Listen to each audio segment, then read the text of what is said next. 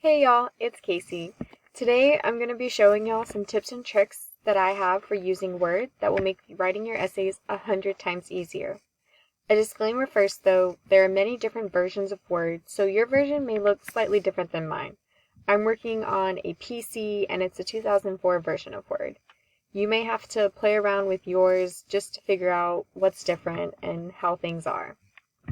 So, I have with me here a sample rhetorical analysis paper like you will have to write eventually. So to start off, an important part of MLA style is having a header with your name and the page numbers in the top right corner. So to do that, I'm going to click on Insert in this top ribbon up here. And then we're going to look for header and footer and click on that. And then the easiest way to insert page numbers is to just click on page number right here. And like I said, we want it at the top of the page. And then we want it in that right corner. So it looks like plain number 3, this option, is our best bet. So we click on that, it jumped us to the bottom, but we're going to scroll back up. And we have our page numbers. And the easiest way that we can insert our name is to just click on the number right there, place our cursor, and just start typing. And voila! We have the last name and the page numbers. What's important to remember about Word is that the default tends to be doing the first page differently. So if I look up here in the toolbar under Options, there's going to be this one right here that says Different First Page. We just want to make sure that that is not checked off. And since it's not checked off, that means this header will be the same throughout all of our pages. So if I scroll down, I can see on page number 2, it's the exact same format. It has the last name and the page number. Alright, now also in MLA formatting is that your title should always be centered on the page. The easiest way to do this, if we just click right next to the title, put our cursor there, and then we look at the Home tab of our ribbon up here. Under this section, Paragraph, you have these 4 buttons right here, a bunch of lines. They're how we align our text. So right now it's on the left alignment, which is how it's like this. If we click this one, this is center alignment, that moves our text.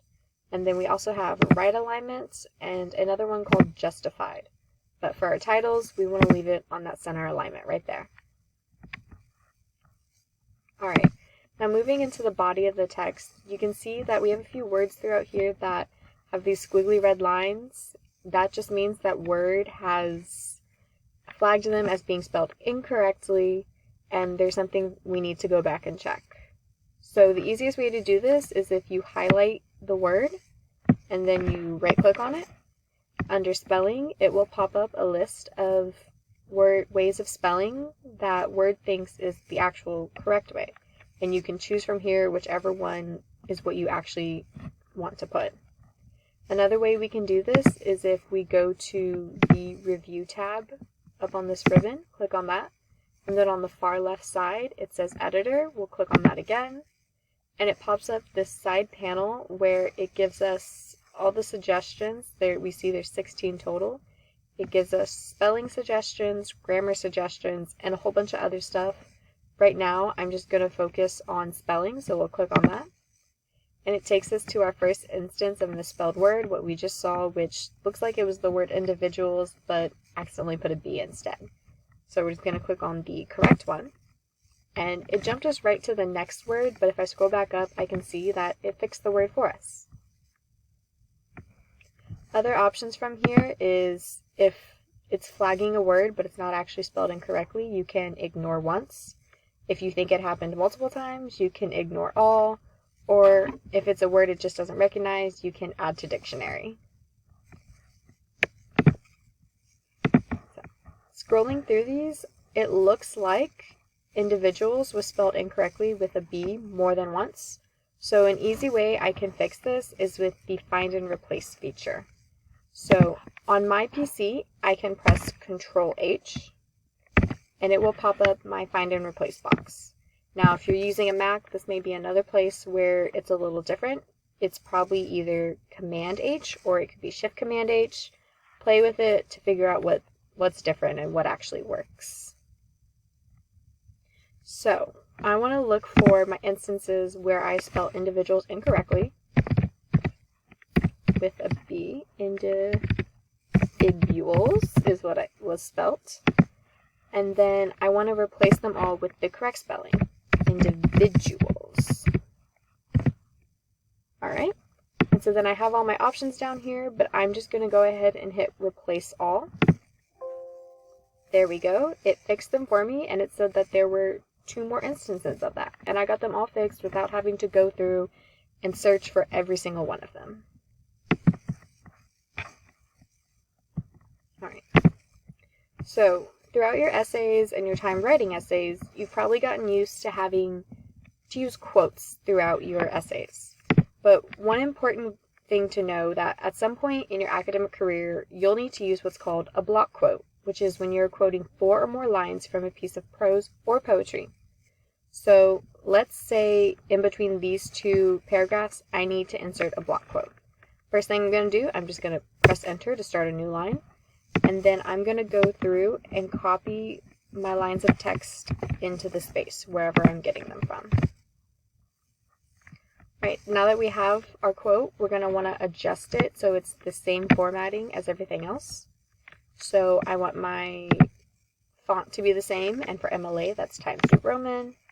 And then our sizing should be size 12. And then right-click again.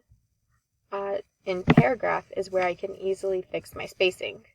So the section right here, it's currently at double. That's actually what I want. So it should be good to go.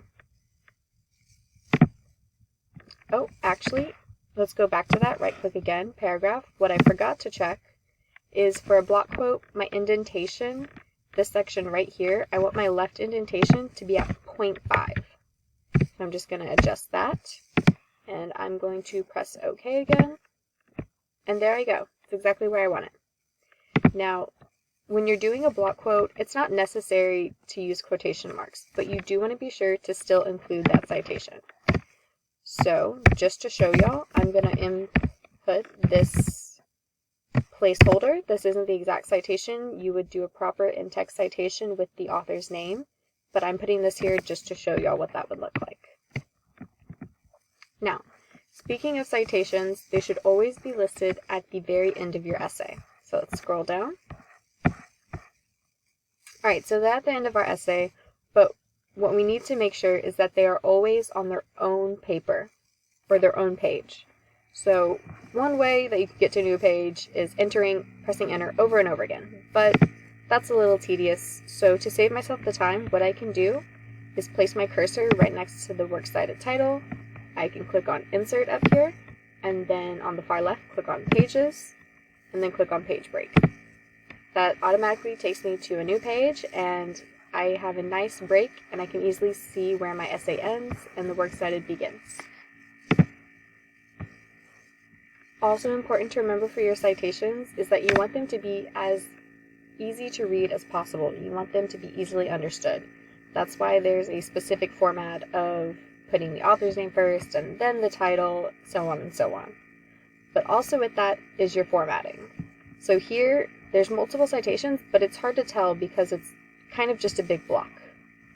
So the best way to fix this is to highlight all of your citations, and then we're going to right click, and then again we're going to click on paragraph, and we're going to go back to this indentation section right here under special. It currently says none, but we are going to click hanging. So you can see down here it started kind of making a change, so we can preview it. We're going to click OK, and it adjusts our citations for us. So you notice how it indents these parts. It's called a hanging indent, and that's what makes it easiest to read. Alright. A few other tips I have for using Word are keyboard shortcuts. There are hundreds, but these are a few of the essentials that I wanted to show y'all. They're listed out here. I think they make doing things really easy. They're quick commands that you can do. For a PC, it's Control that you use, the button, Control button to command. But if you're on a Mac, then it probably is just Command. So instead of Control-I to italicize, you would say Command-I. Another important thing I want to point out is that Control-P, another thing you can do from Control-P, is that you can save as a PDF. So on this left side of my screen, there is the Save as Adobe PDF. If I were to click that, it would create another version and copy of my essay, but as a PDF version. This is important to know because PDFs tend to be a lot cleaner and the formatting tends to not get all wonky when you're moving it all around and changing it up. And sometimes professors will prefer this. I've had quite a few professors myself where they only want PDF copies submitted. So it's good to know that you have this. This is typically in your print screen. So I hope these tips were all helpful to y'all and that they make writing your essays a lot easier and just more fun.